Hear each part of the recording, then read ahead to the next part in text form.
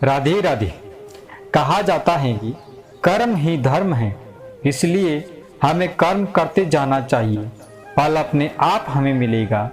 इस दुनिया में जितने भी लोग सफल हुए हैं, सब लोग अपने कर्म के लिए हुए हैं।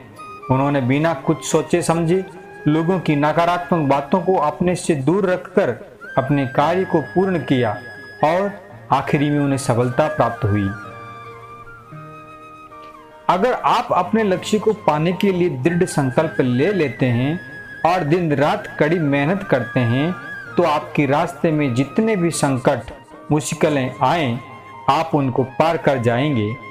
जब कोई व्यक्ति अपने लक्ष्य पर सफलता प्राप्त कर लेता है, तो उसके जीवन के सभी दुख अपने आप खत्म हो जाते हैं। जीवन में नया उमंग और खुशियां बढ़ जाती हैं। सही मायने में जो मनुष्य क्रोध से मुक्त होता है और जिसके मन में एकजुट होने की इच्छा होती है, वह सच्चा होता है। भगवान हमेशा उसके साथ होते हैं। परमात्मा कहते हैं, जो भी मनुष्य अपने जीवन में नफरत की भावना, लोभ, मोह, माया, वासना रखते हैं, उनके लिए नरक ही सही जगह होता है। हमें अपने जीवन में मेहनत करना चाहिए। दूसरों के जीवन की उन्नति और सफलता को भुलाकर अपने जीवन में नकारात्मक विचारों को दूर कर अपने भाग्य को उज्जवल बनाना चाहिए। हमें इस जीवन में जो भी करना चाहिए, सोच समझ कर करना चाहिए और सही समय पर करना चाहिए। हमें समय और दूसरे लोगों दोनों को सम्मान देना चाहिए और दिल खोल कर उनका मदद करना चाहिए। इसके विषय में हमने पहले भी बताया, जीवन में कर्म करके फल की आशा से जीवन में असफलता प्राप्त होती है, ना कि सफलता। दिल में दया की भावना रखना चाहिए, इससे मनुष्य का दर्जा बढ़ता है। जीवन से स्वार्थ को भूलकर त्याग भावना को लाना चाहिए। अपनी सही जिम्मेदारियों को करने में कोई झिझक नहीं होना चाहिए। अगर हम फल की आशा में कार्य करेंगे, तो ना हमारे कार्य सफल हो पाएंगे और ना ही हम अपने लक्ष्य तक पहुंच पाएंगे। हमारे अंतर मन की शक्ति और सोच ही असली है। बाहर का शरीर मात्र एक काल्पनिक रूप है, जो हमको इस दुनिया में एक ढांचा देता है।